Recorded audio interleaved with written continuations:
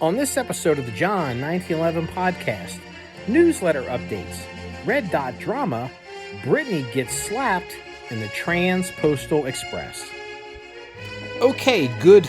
I guess it's morning, everybody. This is episode 309 of the John 1911 podcast. This is going to be a solo episode. Danny and Kraken are not available tonight. I'm recording this very late Friday night, so Friday, July the 7th, or technically Saturday, July the 8th, so this will publish. I'll go ahead and get this up. It's still evening for me, but it'll be morning for most of you. It's unusual for me to be up this late. Back in the day when I worked, I used to work all night, and so like go to bed at like 9 or 10 in the morning. But, as of late, there's been so many projects going on that I've been working in the armory during the day, and then I've been working on back-end stuff and, business or IT things in the evenings, and it's been going till 2 or 3 o'clock in the morning. It's been going on for over a week, so I'm kind of on this late schedule. So taking this opportunity to kind of give you guys some updates on some things. I like to alternate the podcast. We get the crew together, and then, we do the solo stuff to kind of talk more about John 1911 business and things. So first thing is, I guess you will see it this morning because we do podcast on every Tuesday and every Saturday at 7 a.m. podcast, 7 a.m. Eastern Standard Time. I have to remember that there's people all around the world listening to this podcast, which is crazy. But we've updated the newsletter format, so it'll be more in line with the branding and look of the John 1911 website and the John 1911 Armory, which is our store. At the bottom of the newsletter will be some store stuff. So there's all the shirts that we're selling, and was it coffee mugs and things that we have. Again, it's great. Please buy that stuff. They're great things, especially the shirts. The shirts are fantastic for CCW carry. But the store as it exists right now is a kind of a placeholder for other things to come. So we're building up the infrastructure for the future of the John 1911 Armory endeavor. So I'll give you guys some further updates with as they come and they develop. We're going to be changing other things, and those of you that like to follow us, I'll probably have to give you some information just to make sure you can do all that. As far as things going on around here, not related to boring, business stuff, we had a rash of straight line winds. I mean, everybody in the Midwest did, got hit with a bunch of stuff. And so we had a rash of straight line winds, and it was last Friday, so a week ago. And we have, as of last count, 15 trees down on trails. I'm not going to say 15 on the John 1911 range. I'm not going to say 15 trees on property because I don't count trees in the woods. If a tree falls in the woods, it doesn't matter. But if a tree falls across a trail and I have to keep that trail open either to get to parts of the property or to access the rifle range, that's a problem. So the real painful part of this was this one particular trail. We had just gotten it cleared for the first time in about 2 years. And there's now 3 trees, I guess, now across it again. I got to go, and it's on this steep hill. So, either go down there by hand with chainsaws and clear it up or wait till it gets dry because I'm not going to run the tractor on this steep hill, and whatever. But anyway, so now that, we have more, we have a tractor, we have, have the ability to do stuff smarter rather than harder. I am considering running out and buying a grapple for the tractor so we can just, instead of having to saw up a tree, in the bunch of pieces, maybe just, grab it with a grapple. Yeah, we have pallet forks. I have, used pallet forks for a year, but some of the stuff is so big, and I'm yawning on a podcast, so big and lopsided that a grapple makes more sense. So, the debate is root grapple versus grapple rake. I want a grapple rake, but everybody wants to sell me a root grapple, and I think it's because that's what they have. We're not brush people. We we maintain a rifle range, and then we deal with trees on the rifle range. We're not moving brush or doing all that kind of stuff, or doing roots. So, but anyway, that's kind of a thing. So, I spent part of today getting some. Actually, had to go and buy some new chainsaw blades because I got a bunch of dull ones I got to take in and get resharpened. So, that's coming, and that's kind of where we're at with things going on, around here. I mean, well, there's some other stuff going on. I don't want to give too much away. We'll save it for things in the future. But we had a very interesting gun with a very interesting story come into the armory today. It isn't logged in or recorded, so I haven't shot it or anything. I literally just picked it up, so it was shipped in. So, but that's really content for another time. So. Oh, and since everybody seems to be asking, are we going to be using the Facebook Threads app? I guess it's called Threads. I think it's called Threads. Zuckerberg has an app that's, I guess, a clone of Twitter, or something of Twitter. And it's like, no, we're not going to use this product. I mean, I don't like Twitter. First of all, like, there's a bunch of people on Twitter.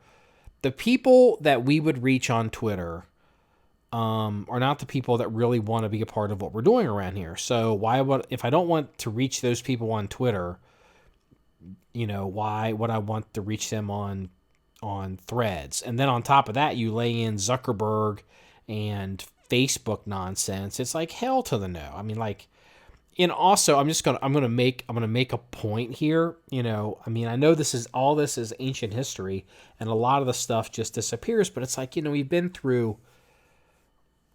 I guess Rumble is somewhat successful, but I'm trying if I can remember all the names. But it's like there's Parler and Floatplane, and there's all the there's this new app like MeWe. That MeWe was one, and I can't even keep half these things straight. So, I'm going to say it. There's a really interesting social media property you should consider checking out instead of Threads. It's called john1911.com, so, because no matter what we do or we publish, it's always going to be there. Like we had, I wasn't planning on talking about this, Instagram. I guess Instagram went around and actually started kicking a fair amount of the firearms community accounts again, and they kicked us. They picked 4 or 5 posts that I think they probably were a year old, some of them, and they're basically like, we're going to limit your reach to people that only follow your account. Which was a shock to me. It's like, well, wait a minute. I thought that's kind of how it worked, because it won't reach anybody new, but neither here nor there. So, they're like, I guess they're saying you're not going to go viral posting your content because you do X, Y, and Z, unless you want to consider removing these 4 things. And so, but you can appeal it. We appealed it. Just looking at the 4 things, it appears that Facebook/Instagram doesn't like it when I hold a handgun inside of Shooter Supply and take a photograph of it. They are guessed now, their algorithm or their AI or their whatever it is they're doing, they're perceiving it as a retail endeavor, and they think I'm selling guns. And so, I'm not selling guns, but, we appealed it. But, it's like,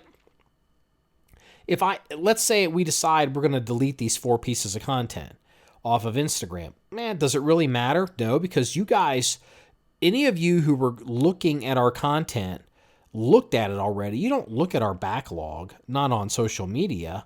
And so if I delete it, it doesn't really matter, because it's about growing and reaching people every day on social media. But that content list exists forever on our website, and it exists forever in the search engines, or however they want to categorize and scour the internet in the future. If they want to find the John 911 website, you'll be able to find it that way. So, hell no, I'm not going to be using Threads from Zuckerberg. I mean, if everybody uses it, we'll use it. But right now, even the numbers that they're saying, like 50, first it was 10 million people have used it, then it was 20 million people, then it was 30 million people, and then tonight I heard it was 50 million people. It's like, still not enough. Sorry, it just isn't. Because reality is, most of those 50 million people are not in our demographic. So I have a section for this podcast we're going to call industry stuff. And there's a bunch of stuff here that I wanted to cover because some of you have asked us about it. And so it's a good way to address it here. So the first thing is, people have asked me about the Ben Stoeger and Jadinsky. I don't remember what Jadinsky's first name is. I've never met the man. I've never talked to the man. I mean, I'm not unfamiliar with who he is and what he does. He's kind of like a red dot, kind of pistol red dot guy. That's his specialty. And Ben Stoeger is, I mean, I don't know how else better to say it, but, you know, Ben Stoeger is probably the best firearms instructor currently living, currently at the top of his game, or like the best shooters. And yeah, there's better shooters. And I realize Ben Stoeger was kicked out of USPSA recently because I guess there's other issues I don't really quite understand. I feel like USPSA has a lot of problems, but there's this big drama between Ben Stoeger and the Jadinsky guy, the red dot guy, that I'm stuttering. Those of you will probably, even if you don't know who Jadinsky is by name, you will probably recognize what is his. He does business. Is it something samurai? Something. Red dot samurai or red, like he's kind of an Asian, partially Asian, I don't know, I assume Japanese samurai descent. I mean, he's not Italian, so he's Japanese, Asian of descent, and so his branding for his business, his training business, is like some samurai or samurai, Modern Samuari Project. That could be, I think that could be it. So, and what it is it's a debate that the kids are fighting today, the cool kids, and they're not recognizing the issues that really exist, that if some of this stuff is transcended, forever. So the first one is, and look, we can't, there's no two ways about it. I would say Ben Stoeger is if you were to rank Ben Stoeger compared to the Modern Samurai Project guy, as far as qualifications as shooters or accomplishments as shooters or rankings as shooters, there's no comparison. I mean, Ben Stoeger is, head and shoulders above Jadinsky. But what it is guys like Ben Stoeger are known by the true professionals, and I'm going to key on that in a minute. They're known by the true professionals, and they're hired by the true professionals. But, the marketing guys or the commercially successful guys who maybe don't have, their resume doesn't even come close to this professional people, they get more commercial success. So even though I'm a Ben Stoeger guy, you cannot deny there is probably a little bit of, the Ben Stoeger. I'm not going to list the other shooters, instructors that I would put in the school of thought of Ben Stoeger. Because that's the school, again, that's the school of thought that I'm with. But there's no denying that the more commercial, flashy, you could be derogatory and say YouTubey, Instagrammy kind of guys. There's a little bit of probably resentment, even though the professional guys claim that it's not. But they're obviously, it's human nature. And look, glass houses, like we're essentially a YouTube or internet based. John 1911 is an internet based entity. So I'm not going to sit here and claim that we're not the thing that even Ben Stoeger would probably complain about. We simply are, even though I'm more of a Ben Stoeger guy. The main problem the argument that you would have, but from the Ben Stoeger school of thought on shooting versus the Jadinsky school of thought is the way they're presenting it would be how they present a gun to find the red dot, with a red dot mounted pistol. And this Jadinsky guy his entire shtick is red dot classes. And he fills them up. But Ben Stoeger is a guy who comes from a school of thought of get the gun. These are not his words. These are my words. If I were to describe the difference, get the gun as straight as you can horizontally pointed towards the target and present it to the target. Okay.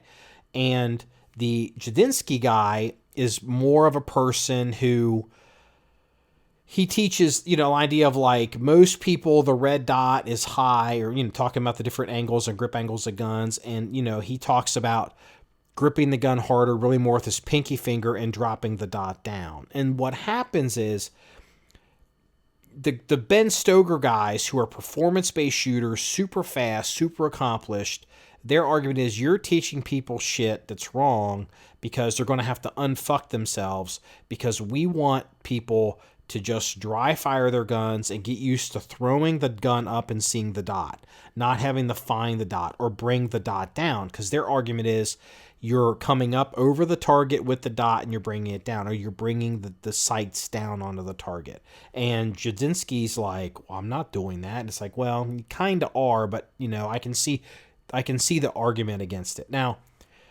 here's something I guarantee you neither Ben Stoeger or Jadinsky will recognize this. This is not a new phenomenon, okay?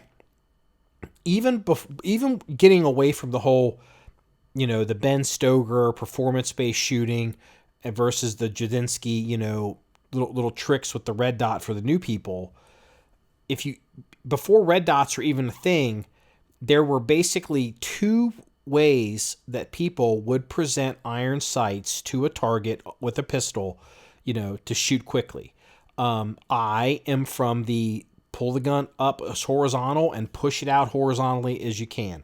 Because the idea being if someone's charging or they're close range, it's the same way you're presenting the gun. I can take the shot. If someone's closing, 5 feet, 4 feet, 3 feet, 2 feet, if I start having to pull that trigger, I can still sink rounds into that target, to get that at least to start damaging that person. My gun isn't pointed off into space or at the ground. My gun is horizontal as quickly as possible and pushes it out. Now, the truth is, you're trying to just go as fast as you can. Those sub 1 second draws, some of that kind of goes away, but neither here nor there for this conversation.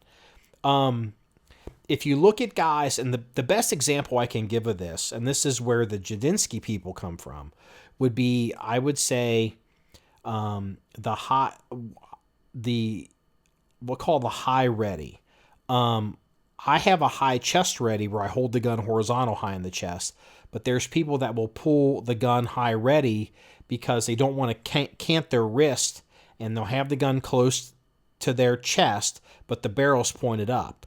And what they will do is they will present the gun out and they will drop the front sight into the rear sight notch as they're presenting to the target. And they're dropping that front sight. And that is basically what Jadinsky's doing with his red dot.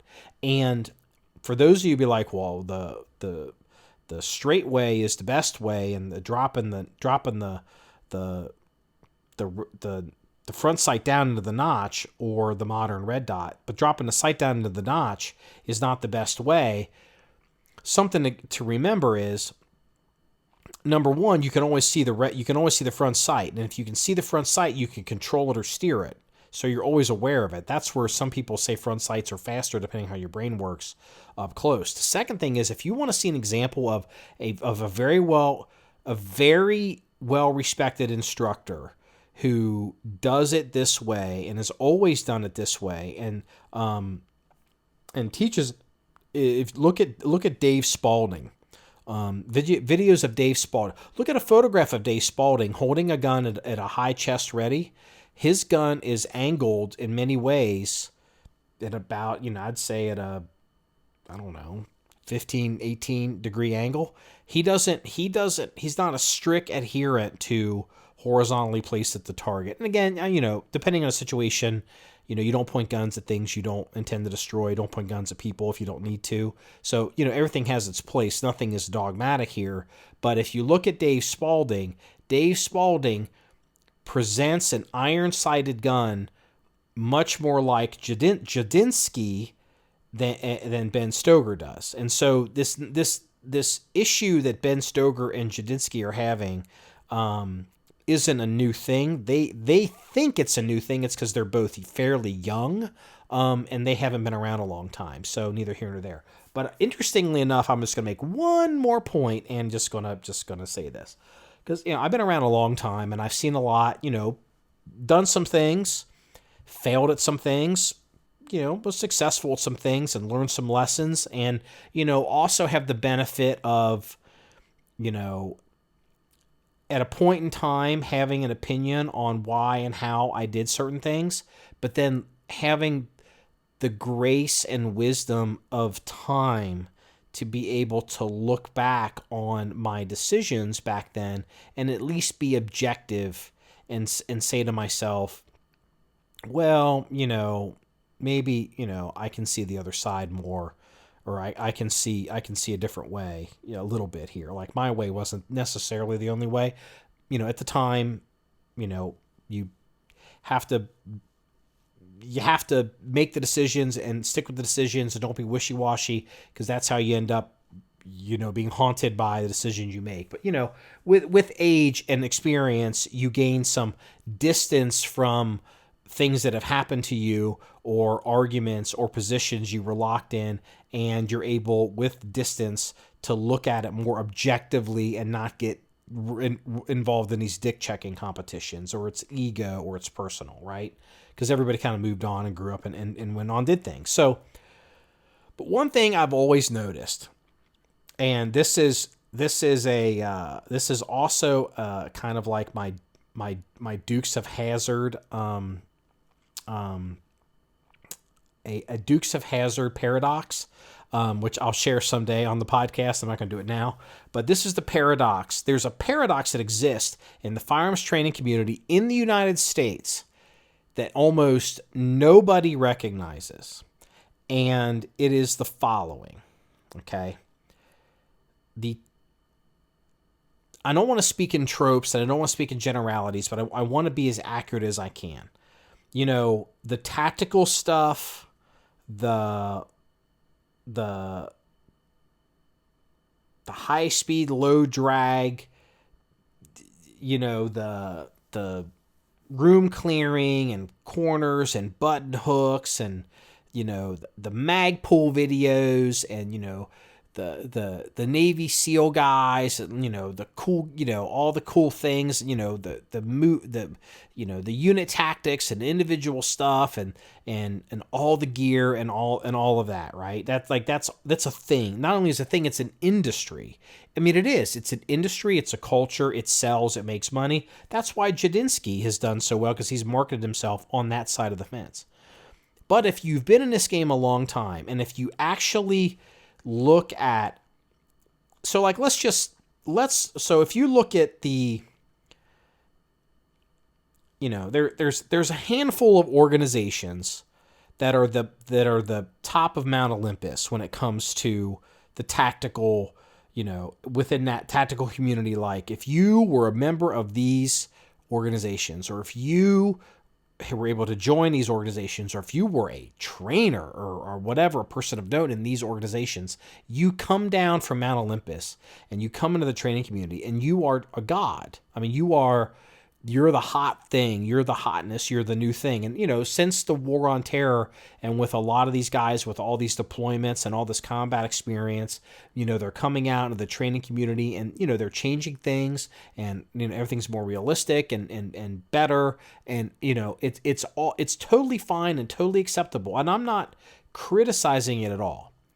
However, what most people miss, and this is the paradox, if you look at these organizations, Delta Force, SEAL Team 6, FBI, HRT, these whatever your definition of a tier 1 operator is, if you look at these organizations and they've got their training and tactics and procedures, they've got their cadres, they've got their schoolhouses, they've got their certifications, they've got their courses, they've got their, extracurricular activities, like we encourage you to go to jiu-jitsu or go train in USPSA. They do all of these different things.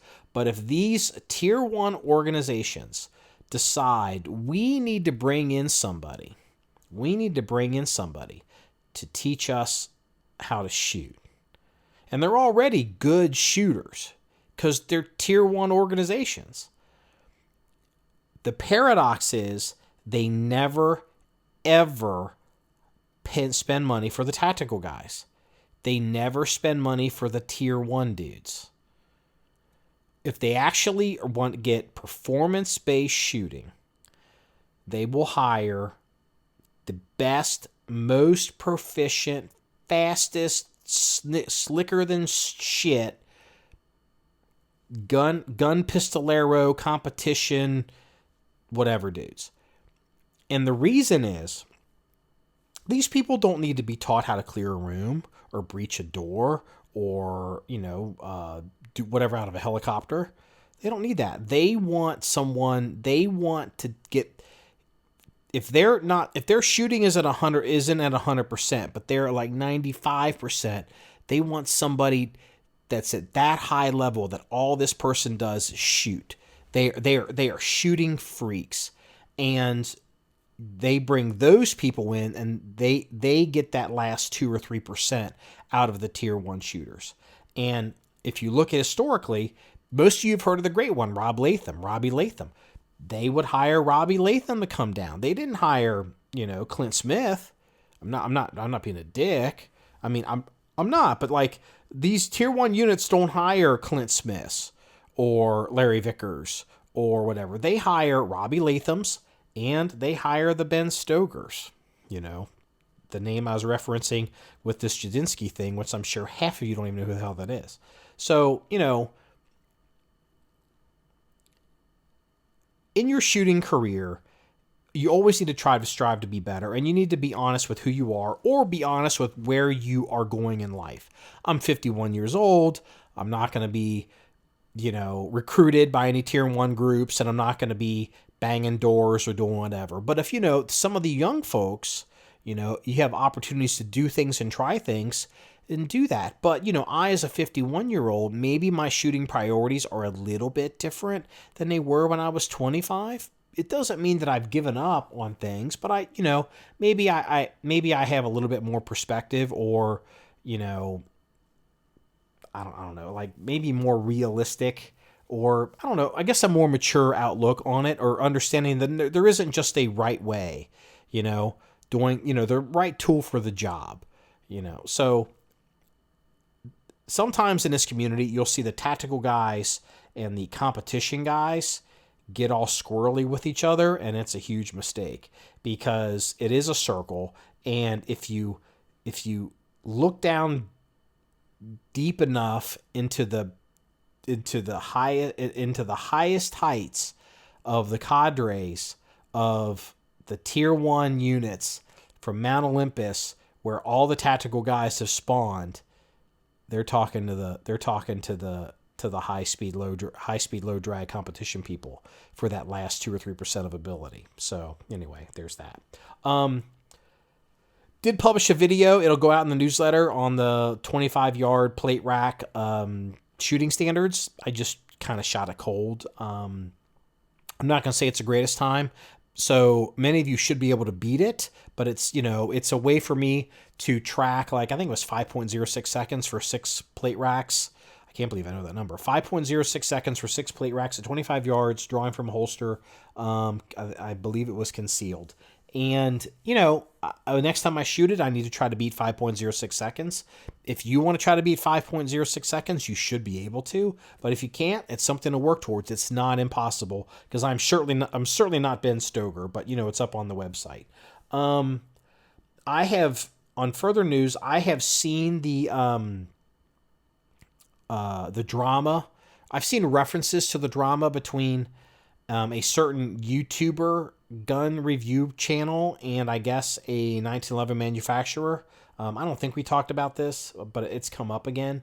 Um, you know, uh, we're shooters. I mean, I'm not. We don't do reviews. I mean, we will show things that we have going on. Before again, I'm more on the Ben Stoeger side of the house, but I've lived on the tactical side, so I'm not trying to be a dick, but a lot of these YouTube reviewers, it's they're reviewing appear as a business, okay? And sometimes these businesses they argue with each other, and don't be surprised that if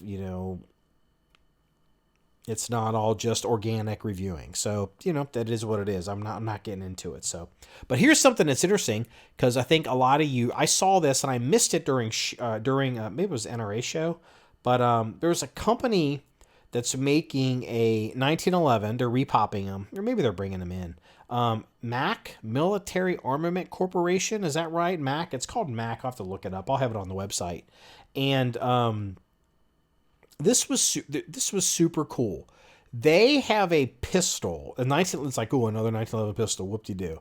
This one's pretty interesting, especially if you are of a certain age. If you like the whole, the 1980s into the 1990s, probably early 2000s until Delta Force switched over to Glocks. They had I call it a JSOC 45 1911, and what it was is it's a 5-inch national match 1911 that was, I think they were worked on by some kind of group in Kentucky, and then they had armorers.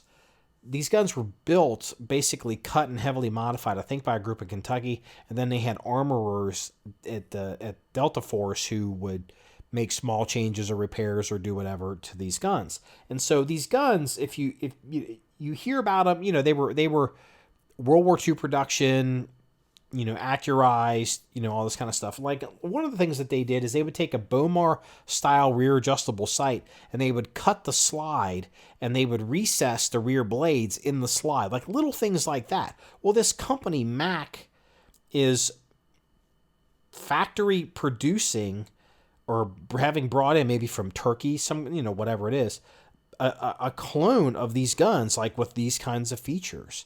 And, I don't know what they're going to cost. They're not going to be full custom, but it's like, it might be something worth considering getting. I mean, I really don't have much use for 45 anymore. I have 45 caliber guns. I'm not really inclined to buy any more of them.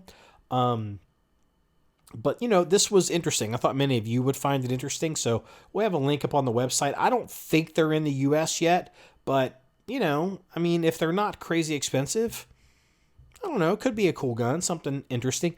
It's not really any different than the Turkish companies that are bringing in the clones of the M45 that the Marine Corps was using. So, it is what it is. Somebody was asking me about a gun came up for sale on the internet. A Joe Chambers light fighter. And if you don't know who Joe Chambers is, he's a custom 1911 maker. I think he's in Nebraska. Not that far, where Kraken lives. And Joe Chambers, Chambers Custom, he's this very small boutique shop. And I certainly know who Joe Chambers is.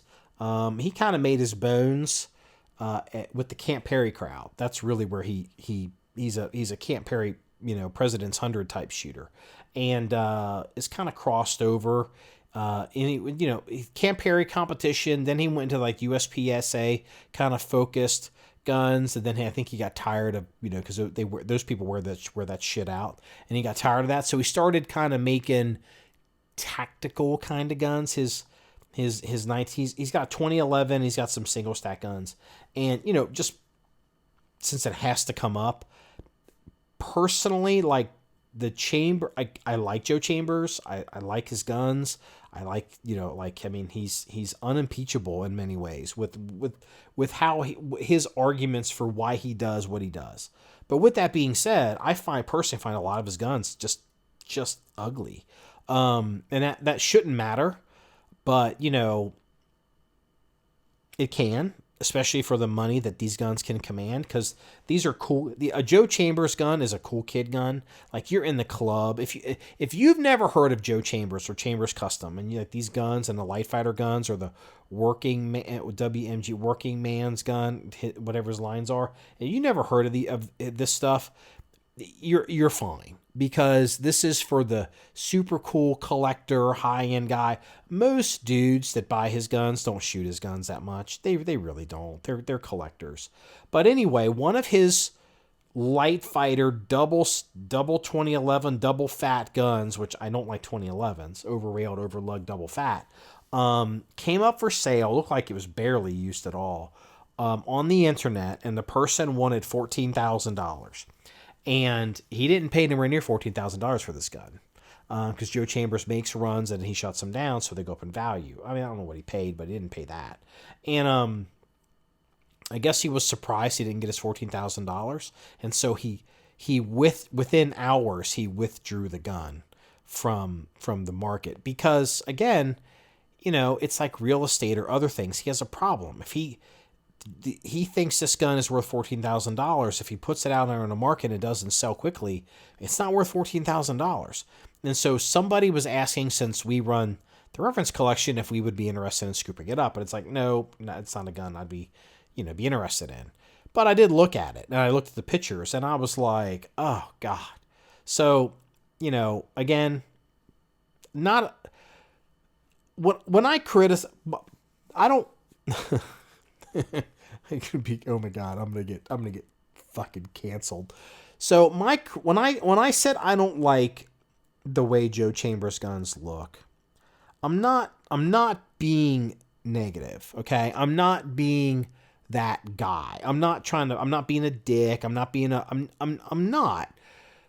Joe Chambers has the same problem that every other 1911 company has. And the problem is, how do you differentiate yourself from your competition? How do you differentiate yourself from the other guns that you've made? How do you differentiate yourself from the guns that are a quarter of the price? And doing all of this on a gun that's over 100 years old and has been heavily customized for 60 years, okay? You start running out of things to do. And so you start doing things that no one else is doing, and it's because it's not that good of an idea. And so I was looking at this gun, the Joe Chambers gun, for $14,000, and I had to write this down. So it's a wide body 2011. It has a hollow sun red dot on it, which is fine. It's got a red dot plate. It has no rear cocking serrations. When I say no rear cocking serrations, the slide had been milled for rear cocking serrations, but this gun had the cocking serrations milled out, so it's a pocket, kind of like, what they used to do with, they'd remove the front cocking serrations on guns in the early 2000s. For some reason, Joe Chambers, he removed the rear cocking serrations on this, and it's like, well, okay, it's a way to gun look different. It looks like a Chambers gun, and a lot of people, when you're running a red dot, don't really like the back of the gun. We used to say front cocking, people, the cool kids would be like, oh, you front cocking serrations, you're so dangerous, you should never put your hand near the front of the gun. And then, you got all these electronics on the back of your gun and your slide. Suddenly you're wanting to come up there and work the gun up front. So Joe Chambers he's milled off these rear cocking serrations. Fine, that's cool. Well, it's got a red dot on it, so it's got front cocking serrations. Wrong, it has no front cocking serrations. This gun has no cocking serrations on it. And it's like, what the fuck? I'm not being that guy. Like, I'm not being that guy. And I'm also not trying to be a FUD. Like, I don't want to be like a FUD. But, there comes a point with the 1911 that, there's tasteful, classical, and then there's like the cool and the pushy, like the two-tone look, the retro look, and then you've got, the all black with the nitride or the TI, the TI gold barrels and whatever. Like, it's a look, and some of them look pretty good, and or the Zev type, cuts and all these, modern crazy cuts on these guns, or windows cutting these slides, or, sometimes they'll TI the whole gun. The gun will be gold, and then there just comes a point when you're just, some of these features or these things that they're doing to these guns, it's just like, there's no reason to do some of this shit just other than to be different. And it's just like, yeah, you got this gun, $14,000, no cocking serrations on it, and it didn't sell, and they took it off the market, and so no, we didn't buy it, and I imagine it'll pop back up again. It'll pop back up again, but no, we're not going to be a buyer. So anyway, that is the last of my industry section of the podcast. Okay, some listener questions that have come up, and I've saved them throughout the week to use them on the podcast. I've only got 3 of them here. I didn't solicit these, but we do get them, and so I just figured it'd be a good way for a solo podcast to kind of break it up a little bit. First listener question is, and I think I've answered this before, but I'm gonna do it again. What do I think of the U.S. Army changing the name of the M5 service rifle to the M7 because of Colt? Because I guess Colt had an M7, M4, or Colt had a M4 carbine, right? That's the military M4 carbine. Then Colt had some model they came up with that's called the M5. And so apparently, because I remember this Sig Spear heavyweight, 277 Fury, 6.8 caliber gun was the M5 service rifle. And then it became, magically it became the M7. And so instead of the XM5, it's the XM7 rifle, and it's, the M7 rifle. And, what do I think of that? And, do I have any opinions of it? It's like, I do have an opinion of it. And if I worked at the Pentagon, I would have told Colt to suck my dick. I would have told Colt, I'm like, you better miss me with this M5 bullshit, or you will never, ever get a goddamn contract from us ever again. You won't get a contract from us to make fucking brooms, you assholes. See, I don't put up with this kind of bullshit. And, I'm surprised, I mean, my argument would be, we're the United States fucking Army, asshole. If we're going to call this an M5, we're calling it the M5. Fuck you. You can call your bullshit gun the M5, but everyone knows you're the M5 fake. And, if this causes you problems, we don't care, I mean, does the Pentagon care if, I don't know, there's an F-16 putt-putt golf course somewhere? I don't know, like, why do they give a fuck about Colt? So, well, maybe it's a trademark. It's like, whatever.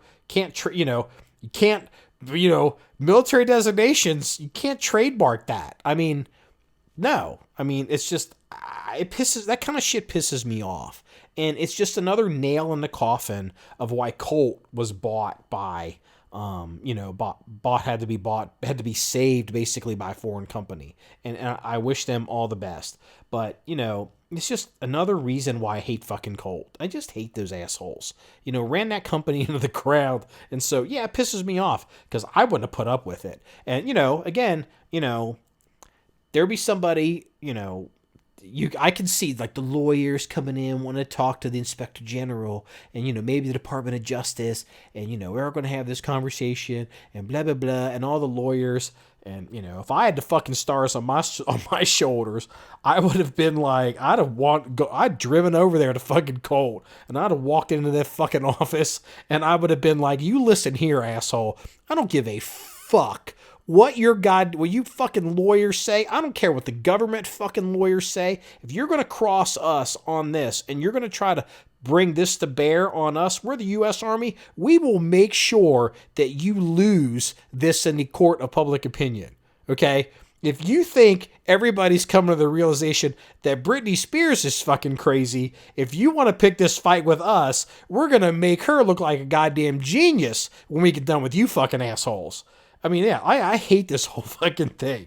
So, whatever. But, like, DOD needs to get some fucking spine. I'm like, yeah, whatever, Colt. Yeah, fuck you. So, yeah, we'll get off of it.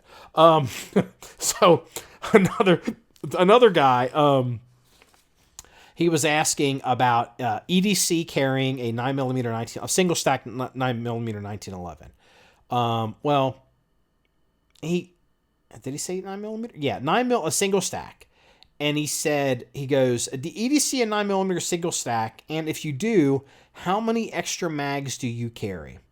Well, I'll tell you what I did in the past, because I carried a single stack 45 for 19 and a half years, on the streets professionally. I carried, typically I had one reload. If I was carrying extra equipment, I would, I could maybe have two reloads, but that was pretty rare. But on my person, I had my gun, and then I had one reload. To do it over again today, I mean, would I be okay carrying the Wilson Experior? And I have carried the Wilson Experior with one magazine reload. I mean, it's more than what I was carried with the 1911. Yeah, I'd be okay. But you know what? In today's day and age, and some of the crap that's going on, I'd probably carry two. They're flat. If anything, keep one. Keep a reload. If you carry a reload in a pocket, and you're not doing a mag pouch. Keep one reloaded in a front pocket, maybe another one in a back pocket. Now, they're so thin, you could, just have it so it's not readily available for a fast reload. If you're already in some kind of big gunfight and you've had to reload once, and that reload, you're like, oh, I gotta, maybe top it off. You can squirrel out the other one from your underwear or wherever you want to keep it. So, especially like with some of the clothing today with like, with all these little pockets on them, especially like a 1911. God, a 1911 single stack, the magazines are so thin. I mean, like some of these 511 pants, or I like the Loot Trading Company, they've got these little pockets and zippers. You could easily slip another, a little reload in this pocket on the side and a little reload on this pocket, and you could easily walk around with three mags reloads. You're carrying 40 rounds on you. I mean, depending on how you want to dress. I think my minimum would be always have a reload. That's just my policy. But, today's day and age, I'd be more comfortable with two in a single stack 9mm 1911. And for the record, right now, the EDC X9 double stack gun is my carry gun. It's 18 plus 1 in the gun and 18 round reload. I carry one reload. So, that's kind of where we're at with that. This came up, you know who you are, I addressed it, but I'm going to do it publicly as well. What's up with the Gemtech Integra Springs project? I actually, when I told you, who I, told you in private message, I said, oh yeah, we need to get a bigger spring because we got this heavyweight buffer from this company in North Carolina and, doing that. So I was actually... Today, one of the projects in the armory is I was like, oh, I got to get that extra spring because I can't use the Geisley springs because the Geisley springs, these braided wire springs, the diameter's too small. They won't work on this heavyweight buffer that we bought. And I went to go order it, and actually it turns out not only had we already done all this, it was in the gun. And it was in the gun in my truck. And it was brought to my attention. I was like, we've already done that. I'm like, oh. And it's like, yeah, it's in your truck. I'm like, oh. So it just needs to be shot and to be tested. And they're like, yeah. I'm like, oh, shit. So it may need... So where it is now is it's got this crazy heavy buffer. I don't have to look it up, whatever the crazy buffer. We've referenced it on social media. And then it's got a Springco blue. I think it's a plus 15 power spring. And that is the same percentage that the Geisley springs are. And so if that is not quite enough where it needs to be, maybe I'll go and get a little bit heavier spring. But the gun is so close to running the gun runs perfect now. Now it's just a matter of clocking where the brass ejects exactly perfectly, like, right at 3 o'clock, a perfect 3 o'clock. So that's where we're at. That's where we're at with that. Okay, so I thought there were two things in kind of world news that caught my eye, and I thought they were worth mentioning here. The first one is, and the way it was casually, maybe I should find it here. Find it on I just bumped the microphone. Apologize for that. Find it on my phone. It's a story out of France that is, they're passing, I don't know if they're passing a law or an ordinance where, let me see if this is, basically it's going to be super easy for, here we go. Just read this headline. French police will be able to spy on suspects by activating their phone's camera, microphone, and GPS. Police will be allowed to spy on suspects by remotely activating their phones, cameras, microphones, and GPS under a new French law dubbed a snooper's charter. So I guess it's part of a wider justice reform bill, spying provisions. So it's not a warrant. It covers laptops, cars, and other connected objects, as well as phones. The measure will allow geolocation of suspects in crimes punishable by at least 5 years in jail. So if you're being investigated for basically what I call a very serious felony, they could just go ahead and do it. The Constitution is real here in America, because you know how real it is when you don't have it in other countries. So, but this was such, it's such a case, like, oh yeah, we can do this. And I just think a lot of folks need to, it's a real come to Jesus conversation about facing the reality of technology and recording the amount of data that you're spewing off as you're moving through the universe. Because it comes up all the time. You don't even realize it. And so I'm going to use that to prove a point with the, with one later coming up, as far as this whatever. The second world story that I thought was interesting is the Prigozhin guy. He's the Wagner guy, and so I guess he's dead. I don't know if he's dead. There's rumors. I don't know what deal no one knows what deal he made with Putin, and Putin looks weak. I don't care what anyone says. This is a disaster, and it was a disaster for Putin, the entire Wagner thing, and the fact that they got as far up as they did going up to Moscow, and they were even able to shoot down some aircraft. It was pretty, and like the fact that that a lot of the military wasn't even stopping Wagner coming up, which, I mean, like, it's real. The Ukrainian war has really shown the fragility, and I use that word very specifically, the fragility of the Russian system, like their military, command and control, politics, just all of it. They're not a functioning country. And so, but Prigozhin, whether he's dead yet or not, they've raided his house in St. Petersburg. And what I thought was interesting was, there's photographs of guns, some AKs. There was it looked to be one of those Beretta carbines that, what's it called? It's a little carbine that takes the Beretta 92 magazines. It's got the thumb hole kind of stock on it.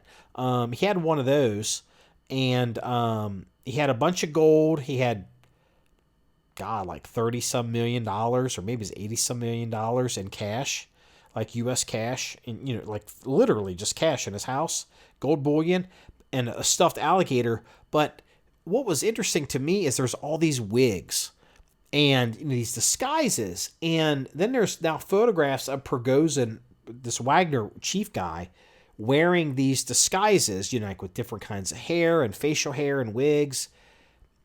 And I gotta be honest, and this is why I brought it up. When I saw that just tells me that this Prigozhin guy is really, really, really wrapped up mentally in a lot of this fetishy, kind of like this not real bullshit as far as like getting away with stuff.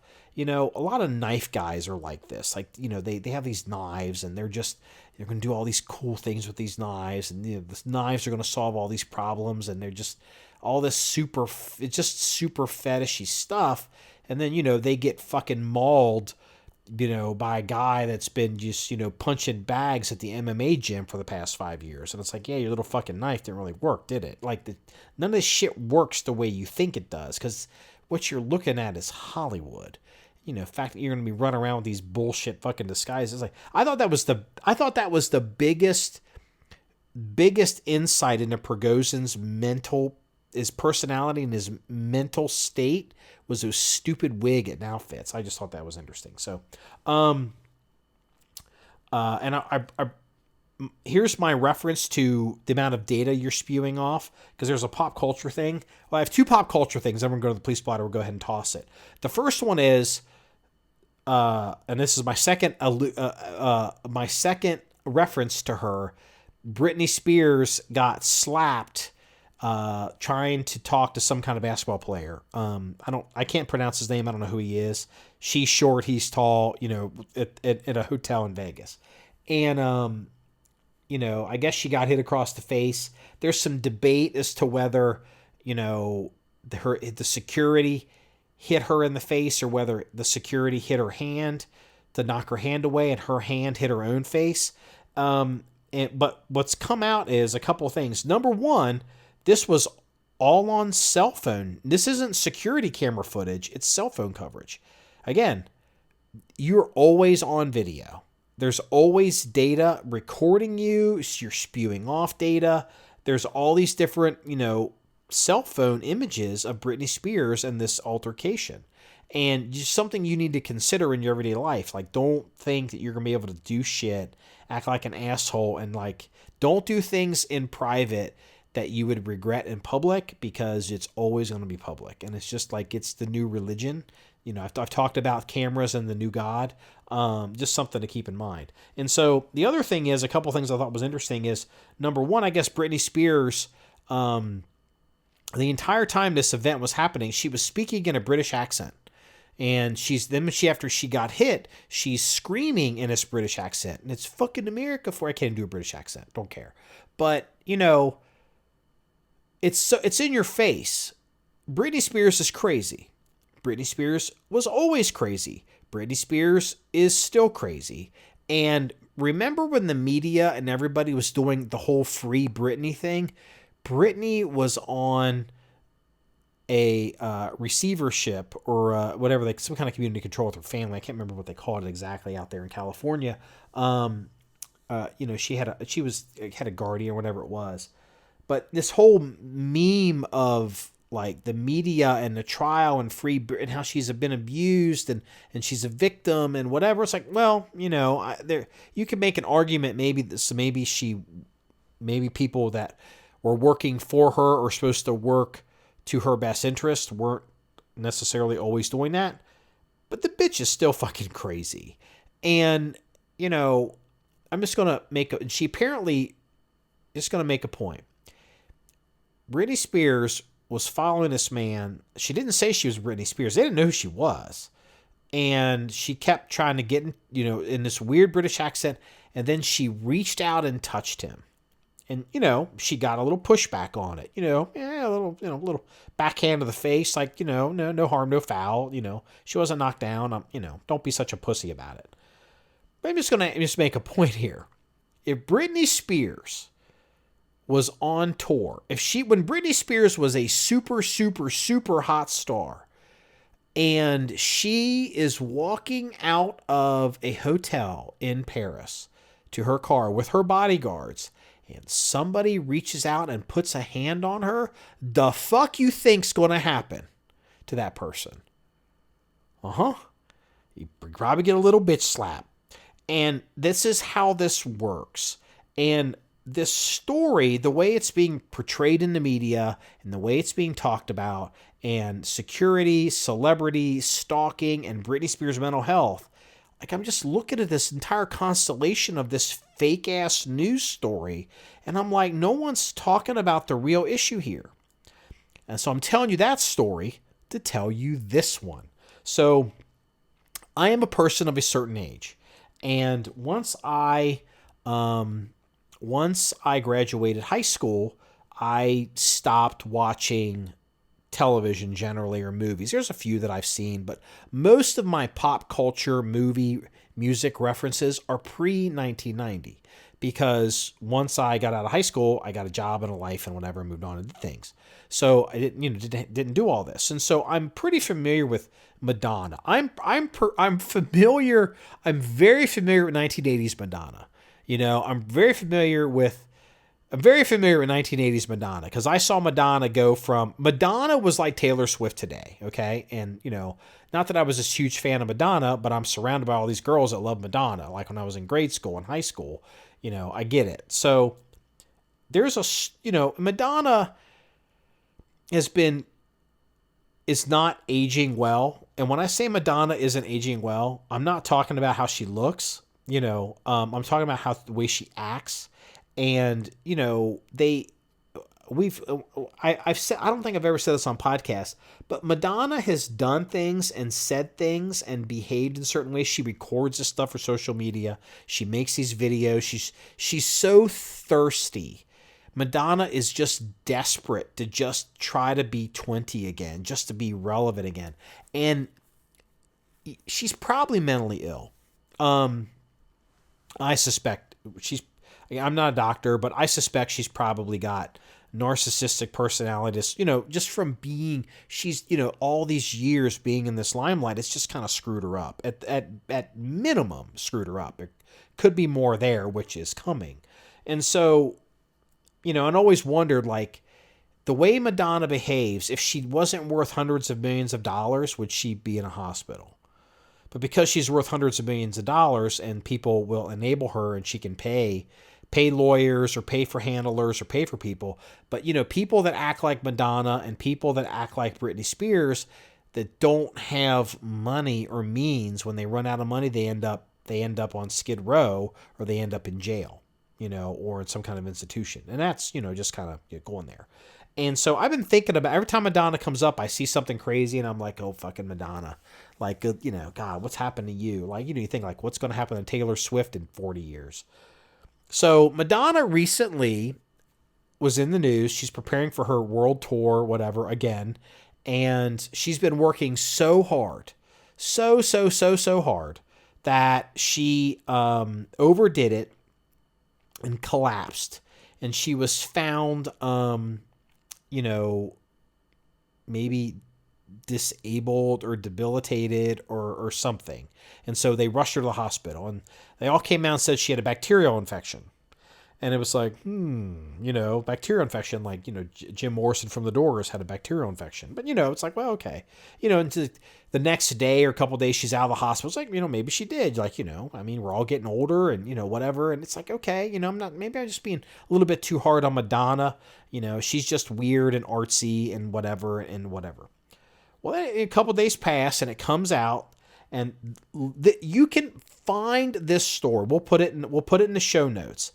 But this is an example, and when you start to open your eyes to the media, whether you're Fox News or whatever it is, it's a bullshit story, and they know it's bullshit, and they're writing it, and you just can't, but no one will tell the truth because they can't, because they won't.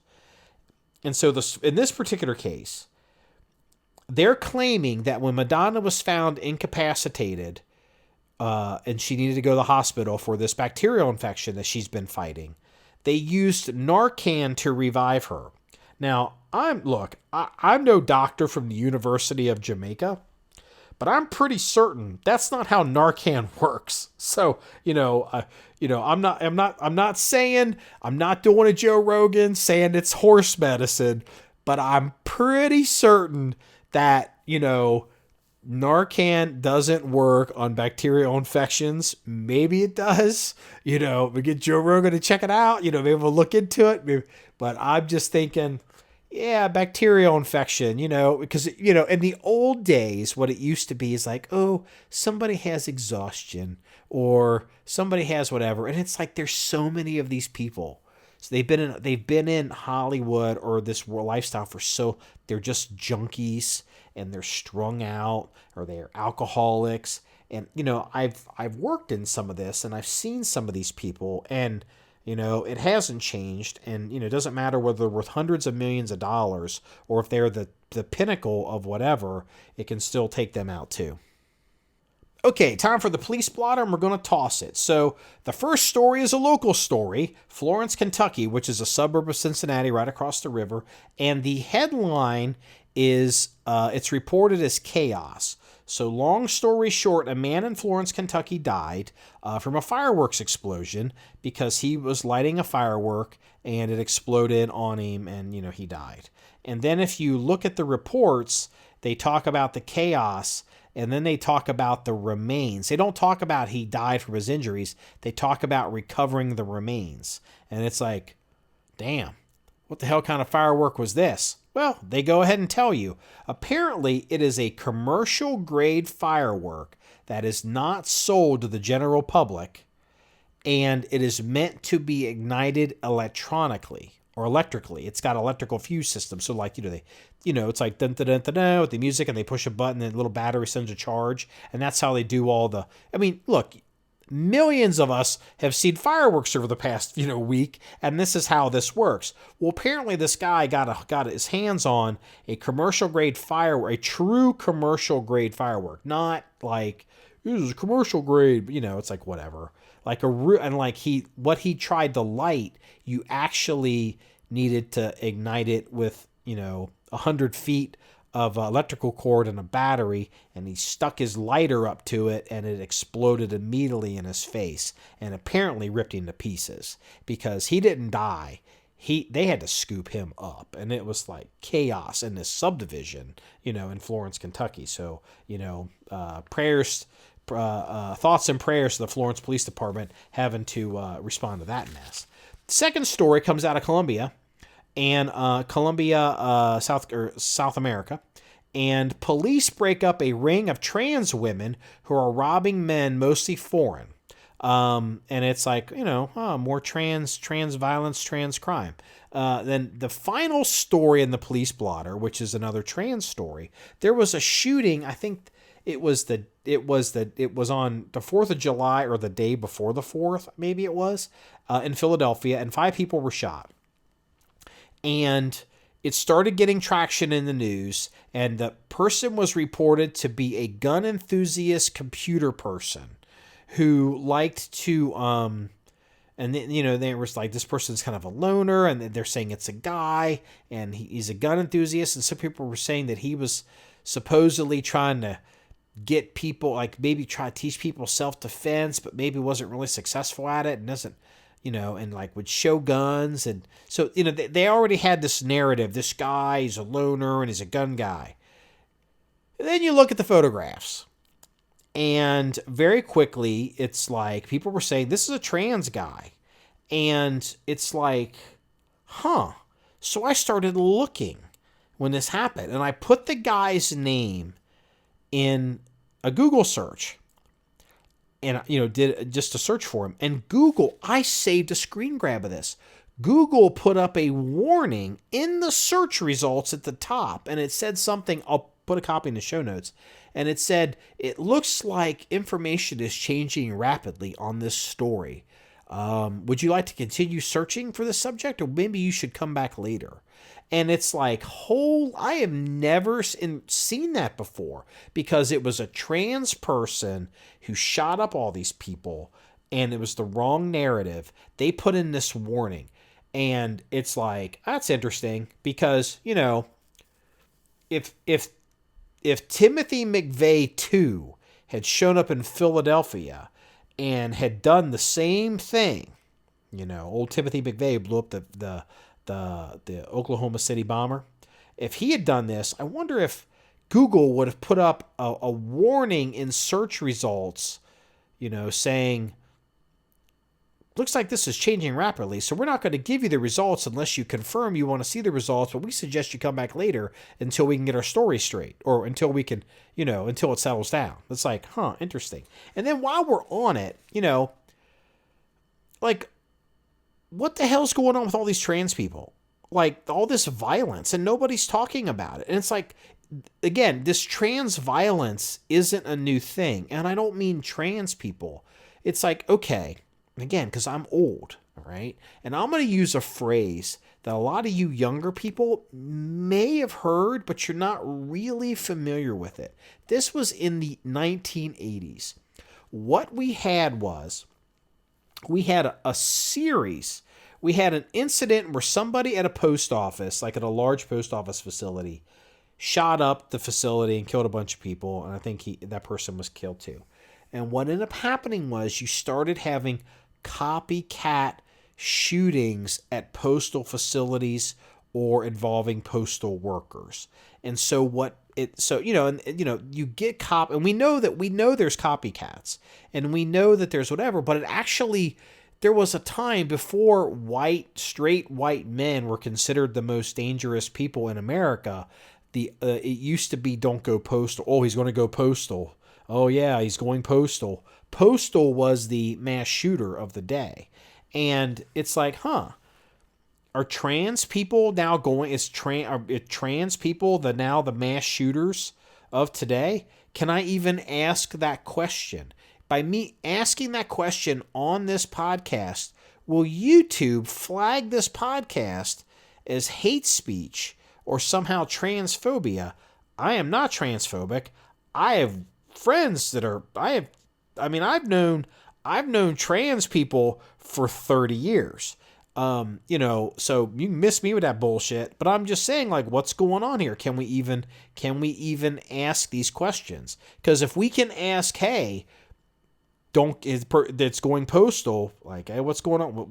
Can we come up with something for trans? Because it seems to be a pattern. I don't know. Just, it's a question for 2023, and it's going to get worse with the election. So anyway, this wraps up episode 309 of the John 1911 podcast. If you want to see any more stories or pictures or links, please go to the website at john1911.com. That's JOHN1911.com. Remember, it's all about shooting guns and having fun. Everybody, have a good night.